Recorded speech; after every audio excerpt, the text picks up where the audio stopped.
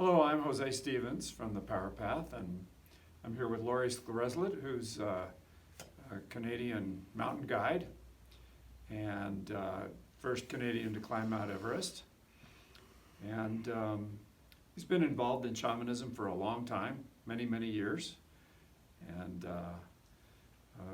we thought it would be very interesting to hear a little bit about Laurie's understanding of shamanism as it relates to the mountains and being a climber. And he's had some very fascinating experiences in the mountains and of course stories, and thought it would be instructive to hear from him about his take on shamanism. So welcome, Laurie. Thank you. And maybe we could start with, maybe you could say something about your work, first of all. Sure. I work as a mountain guide up in Western Canada, down in South America in the Andes, and in the Himalayas over in Asia. And mountains have been a part of my life from the very beginning of this lifetime. Born in the shadow of the Canadian Rockies, growing up camping, fishing, playing in the mountains, and then after I did my run away from home and work as a seaman for a couple of years, I came back to Calgary and started getting involved in climbing, and went on my first expedition to Peru when I was 22 years old. I took an outward bound course here in the United States where it boosted my confidence. I learned a little bit more about mountains from people that were professionals. And then it began, rock climbing, ice climbing, mountaineering, and then high altitude mountaineering, which would eventually lead me to Mount Everest. Part of my background is I've always felt that it would be an honor to be a guide, to be someone who safeguards other people in scenarios where there's a risk. And that idea stayed with me to this day. So as a mountain guide, people pay me money to take them into an environment they're not as familiar with as I am, safeguard them, get them home, back out of the mountains without injury, and secondly, try to get them to the tops of the peaks that they want to get to. And that's sort of, I work as an outward bound instructor as well, introducing people to adventure in the mountains. And in the first 10 to 20 years, I was picking up insights into what's going on in the mountains energy-wise, but without the framework and structure that the study of shamanism gave me, it was hit and miss in those first few years. And then I was fortunate enough to be introduced through some Tibetans to a different way of looking at mountains. And then when I was 44 years old, I came down here to Santa Fe and took a 17-day intensive with Jose and Lena. And that began the shift in my perspective of what mountains are and how to relate to them. There's a little bit of a background. Oh, that's great. Maybe could you say something about when you first sort of, I know it was hit and miss and there were some experiences you had. Could you talk a little bit about some of those early experiences where you first started to get a sense that maybe there was a shamanic component to what you were doing? Yes. The very first time I went out into the mountains alone, when I was still a teenager, and purposely went out without a sleeping bag, wanted to see if I could survive a night out, and went alone, on my own, by myself. I think I was 15. I noticed right away when I was out there alone that I never felt less alone than ever before in my life, that I was surrounded by what I didn't know at the time how to define them, by allies. I felt supported everywhere I went when I was in the mountains, and I wasn't quite sure why. It's like the wind spoke to me, the trees spoke to me, the brooks, the water would speak to me, the mountains would speak to me, but it was like a language I didn't understand quite yet. So that was before third internal monad, separation from home and family, claiming my own identity. When I did that and came back to Canada when I was 18, started doing more things in the mountains, the curiosity about what I was sensing out there, that's when it started to build. The terms, though, I didn't quite have. And I would get that when I came down and did the intensive. But I would say the very first insight into there's more going on here than I originally understood was when I was on a climbing expedition in the Himalayas to the sister peak to Mount Everest called Mount Nuptse. I don't know, 27,000 feet. It's a big mountain and had a reputation for being very dangerous. And in the week and a half leading up to departure from Kathmandu, the capital city of Nepal, in which this mountain resides, I became familiar with a Tibetan family, the daughter of the family who ran a gear shop, the mother who assisted the daughter, and the patriarch of the family, and the father. And I related to all three on a very deep level. Got along with each one of them on a different level. I really liked them. And the father felt quite protective to me. And before I left for Nuptse, he suggested to the mother and the daughter we should have Laurie get an audience with our head lama, throw the bones, look into his future. Again, I didn't know what this was. So they offered that to me. I agreed. So early one morning before dawn, I went with the daughter to the local temple. And there she escorted me in. I was told just to do exactly what she does. It was all exchanged in Tibetan, so I didn't understand at the time what was going on. The man who would throw the bones and look into my future was quite old. So to make a long story short, when it was done, he spoke with the daughter for a fair amount of time, and then he was lifted up by two assistants.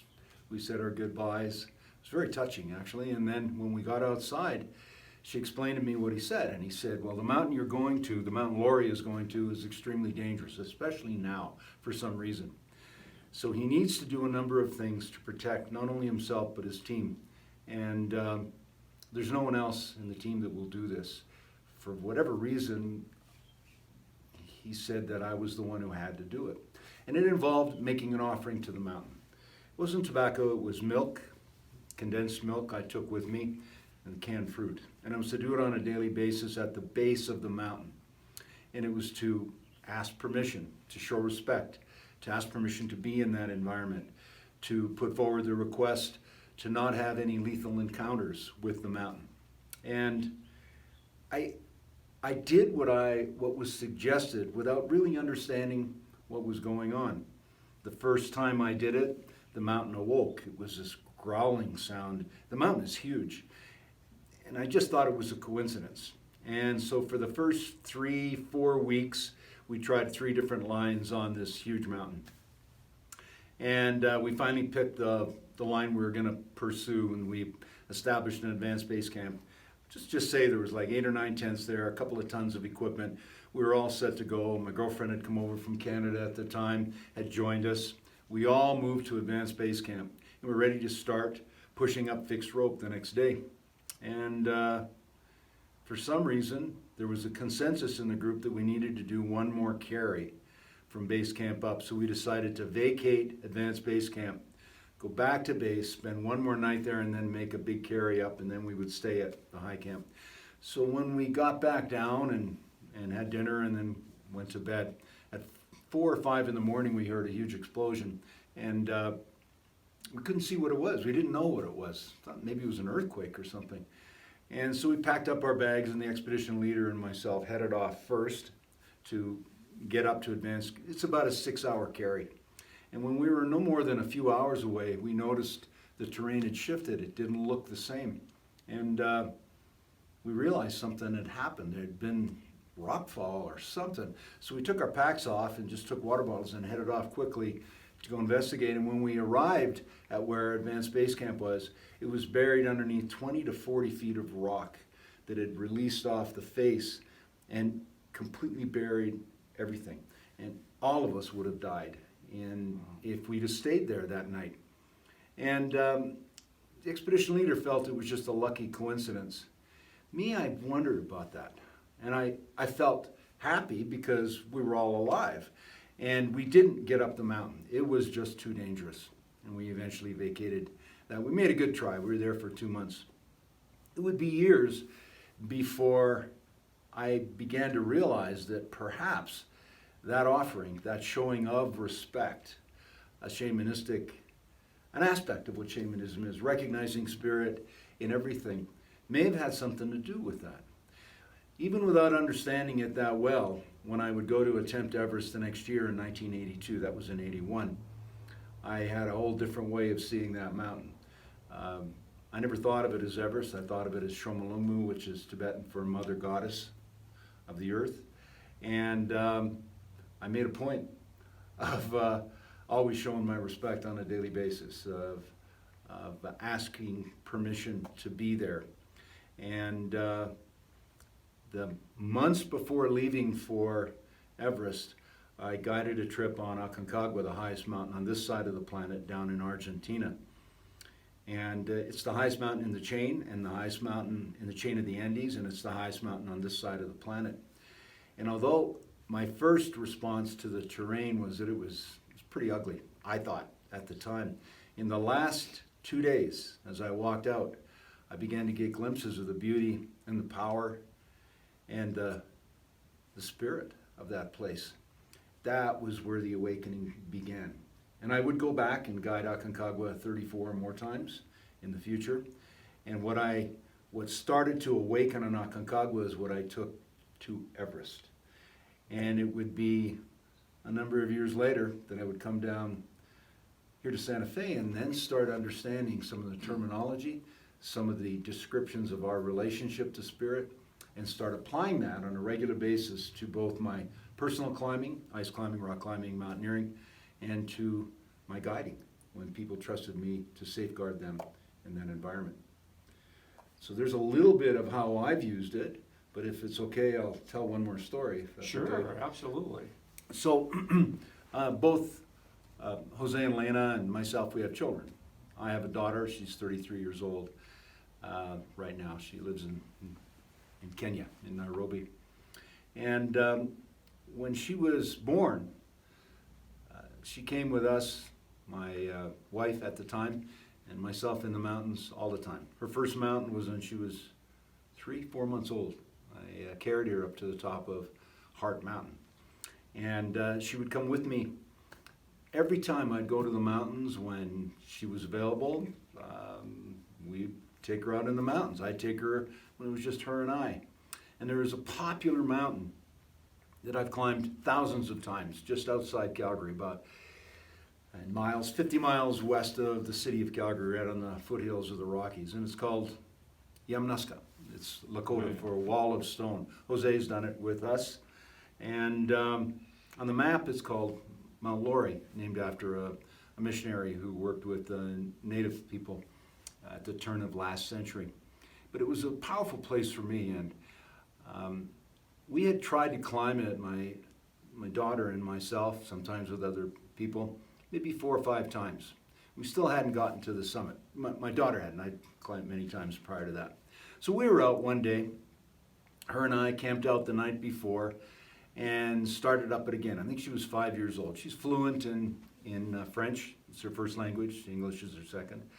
And before we set off, there was a boulder that I'd always stop at, and there I'd make a tobacco offering. And my daughter Natasha would listen as I'd honor the 7 directions: east, south, west, north, Father Sky, Pachamama, and the energy of the land around us. Ask permission to be there and ask for assistance and help in getting up the mountain. And then we'd set off. Tasha would make her little offering as well, and we set off. So halfway up, or 1/3 of the way up, we come across 2 ladies who are lost. And they don't speak English, they speak French. And my daughter has to interpret for me, and I said, "What's going on?" And she says, "Well, they don't know where they are. They want to get to the base of the face, and then they want to return to the parking area down below, a couple thousand feet below us." I said, "Well, why don't you just go tell them to follow you? You know the route. We've been up here many times, even though we haven't gotten to the top yet. Just tell them to follow you."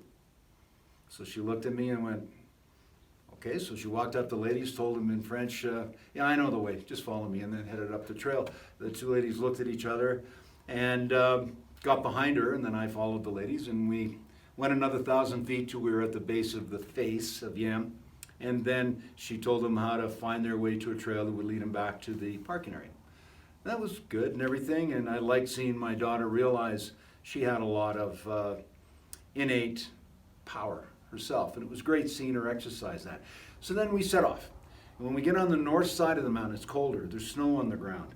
The trail's a bit icy. Start slipping a bit as we're going up. We climb another 600 feet. It's getting cold. It's windy now. And my daughter turns to me and says, "Dad, maybe we should turn around now." And I said, "Why is that?" She said, "Well, I'm getting a bit scared." And I said, "Okay, we can, but why don't you ask the mountain for help?" And she said, "What do you mean?" I said, "Well, Tasha, you're slipping. Just look ahead of you. There's a tree right there. Imagine those branches are the hands of the spirit of this mountain that are reaching out to help you if you'll just reach over and use them. Ask the mountain. Work with the spirit of this place." So she said, "Okay." So we continued climbing for another maybe 30 minutes. It got colder, it got windier.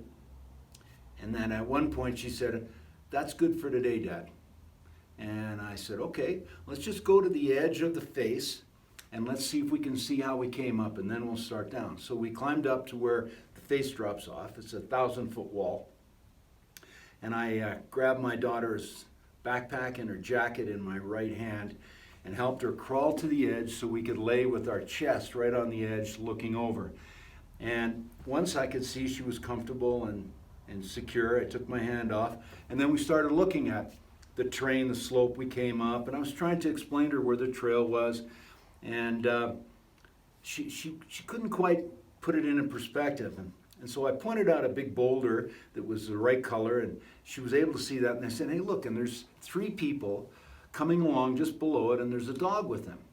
And she's looking, and when she saw them, she got so excited. She squealed, "Oh, Daddy, Daddy, I see them. Oh, it's just like Honey, I Shrunk the Kids," because they're just tiny little figures. And she, from that moment on, was filled with joy because she could see where we'd come. She understood it now. And we lay there for maybe 3-4 more minutes, and then she slid back from the edge and sat up maybe 5 feet from the edge. And I saw her just sitting there thinking, and then she said to me, "Dad, have you got another cigarette?" Because I would carry cigarettes, break them open, and use that tobacco. And I said, "Yeah." She said, "Can I have a cigarette?" And I went, "Sure, but why?" He said, "Oh, I want to make an offering, Dad." And I said, "Oh, okay, but I think the offering we made this morning has long legs. I think it carries us through the day." And she went, "Oh no, you don't understand, Dad. I want to thank the mountain for taking my fear away." And when she said that, of course, I was touched. I gave her a cigarette and I turned away. And I realized she got it. And that's really the essence for me of how I've applied my understanding, limited as it is, of shamanism to my work and time in the mountains. When I let the mountains become a part of me, so there's no separation. I am the mountain is me. There is no separation. Then I become a part of the mountains. And when I am a part of the mountains, then their strength and energy and power becomes a part of mine. And that's what my daughter got. And it touched me that someone so young could get it. Whereas it took me like years and years of struggling to see the connection and the relationship. She gets it. So that's only grown since then. Her understanding of mountains, the thing that she's done, she's climbed Aconcagua with me 4 different times down in South America. It's 23,000 feet high, so it's a significant accomplishment. And I use my insights of shamanism every single time that I'm in the mountains. When it's windy, I remind my clients that wind has the element of clearing away stagnation. So don't be afraid of it. Don't fight it. Put on the right kind of clothing, but invite that wind into you to clear out your stagnation and tap into the power of that wind. And it helps clients. They end up seeing that environment not so much as threatening, but as powerful. And tap into that power. And it starts to work for you. So really simplistically, those would be some of the ways that I've used my limited understanding of shamanism to safeguard myself and the people that I guide and the friends and the people that I love when we go in the mountains, is trying to show them that these are allies. And one other aspect I just need to mention is that from the very beginning, when I would look at mountains, I would see that they're millions of years old, and some mountains even older than that.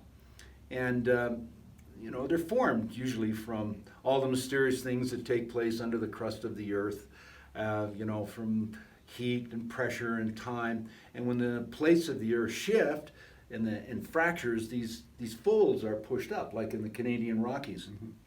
And then over time, freezing, thawing, night, day, cold, winter, summer, the rock fractures. Those aspects of the mountain that don't have integrity and strength break away, falling down the mountain. Gravity pulls it away, leaving behind only that part of what we call mountains, leaving behind only that part that has strength and integrity.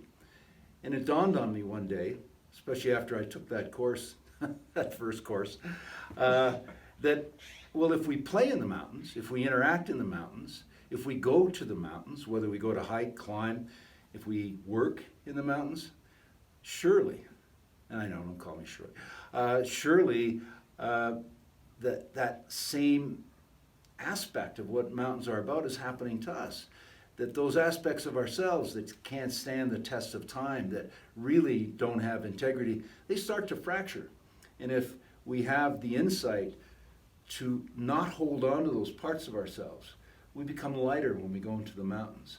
And when we come out of the mountains, we come out with more of that part of ourselves that is the real person that we are, the part that has integrity and strength and character and what makes us human beings, leaving the garbage behind. Yep. And that happens every time I go in the mountains. Some mountains are more prone to it, Aconcagua, Everest, many others too, but those two stand out as a place where you leave behind your dross. And your dragons come out too. Boy, you can't hide your dragons when you're in the mountains. So hopefully that's enough for some of the people that may be viewing this, that there's a practical application for how we can use some of this knowledge, which is as old as time. And I'm sure some of it I remember too from a long time ago, but I still need to be reminded and wake up.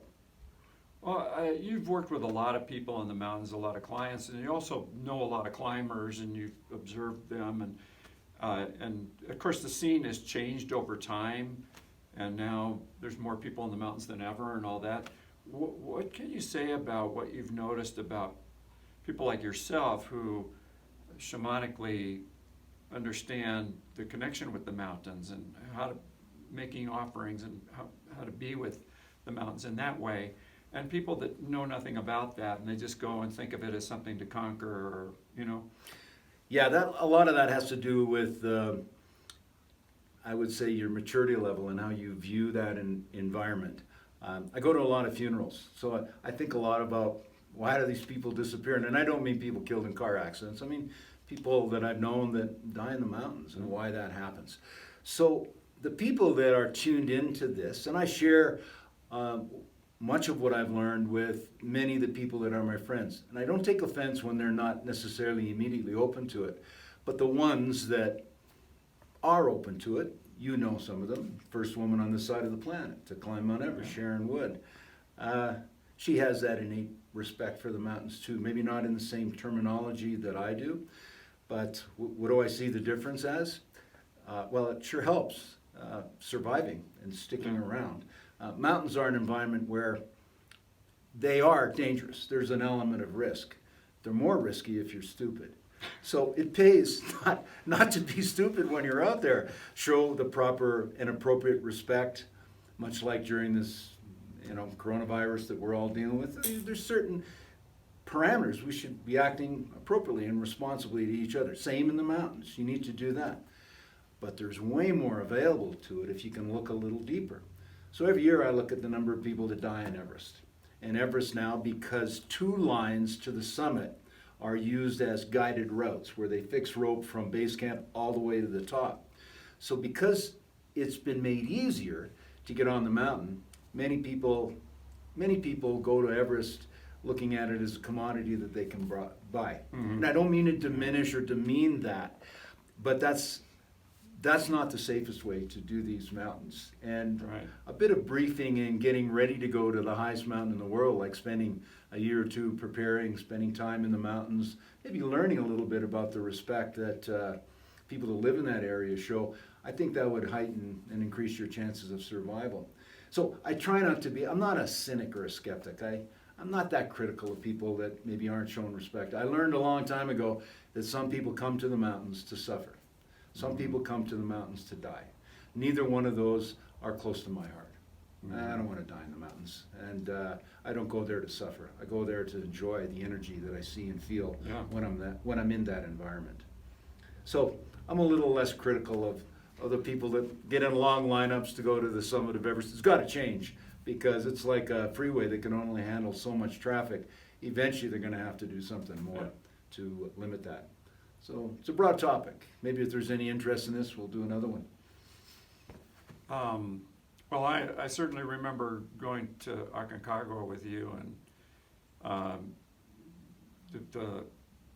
really the wonderfulness of both being in the mountains and climbing and making offerings on the way and on the way back, and it was really powerful. It was one of the highlights of my life. It was great. I will add, because a lot of people wonder about these people that solo, and I'm not saying that every one of them relate to the mountains this way, but a friend of mine shared with me how he's able to do these unbelievably difficult climbs without a rope, where one mistake results in your death. Right. And he was telling me he's a natural shaman, and his insights are shamanistic, but he doesn't use that terminology.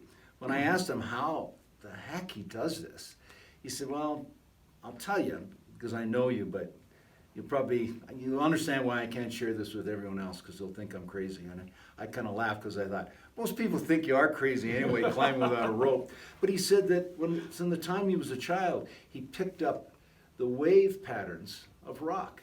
That there was a frequency, and he was intrigued by it. And it didn't all start the climbing without a rope then, but he eventually stumbled across this realization that if he harmonized with the wave pattern that he could pick up from rock, he became at one with the rock, and he couldn't fall. And he said, when I got out of frequency, if I had a rope in my pack, I would rappel off, or I would down climb and get off it, because my safety net would be gone. And I thought, oh, that's interesting, harmonizing with the frequency. I've never felt that. But I tried his technique, ice climbing and rock climbing, and even skiing. And you know what, for a novice like myself, it has value. Harmonizing with the energy of the area you're in. Now, of course, when we realize spirit's in everything, you can do that with the desert, you can do that with a river, you can do that in the Arctic, you can do it on high mountains, you can do it when you're hang gliding. So, I found when you were asking the difference between the people's perspective of mountains, his was quite unique. Yeah. And I don't think there's that many people that can tap into what he's into, but it opens a whole new world of if you can relate to the spirit that's in everything. Rocks, for example, well, like he does, man, the possibilities, unlimited. Yeah.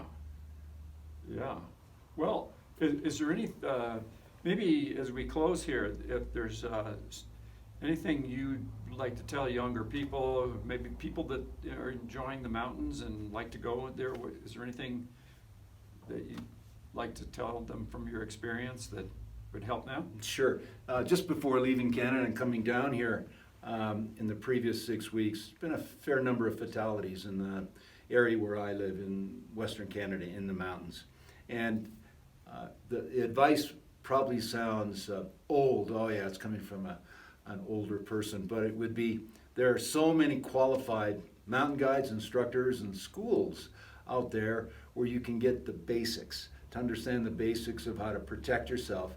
That would be what I'd say would be the first thing. Mm-hmm. And secondly, there's a plethora of decent books out there. You may have even read one or two of them about how to relate to that outdoor environment.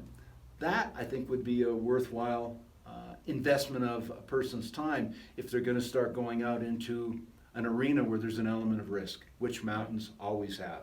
Those two things. Get some proper instruction. It's not that expensive. Take a rock climbing course, 2 days on the weekend. Take a course in general mountaineering, and then take your time and progressively move and do a little bit harder stuff a little bit. Find somebody that you share your interest with, rather than just going out alone. That's risky, just Yeah. going out alone. Yeah. Okay, well, you know, Laurie has a million stories. We just heard a tiny little fraction of his experience and all of that. Really a fascinating guy to spend time with. So thank you for sharing what you did. You're welcome. I And, look forward to the next time. Yeah,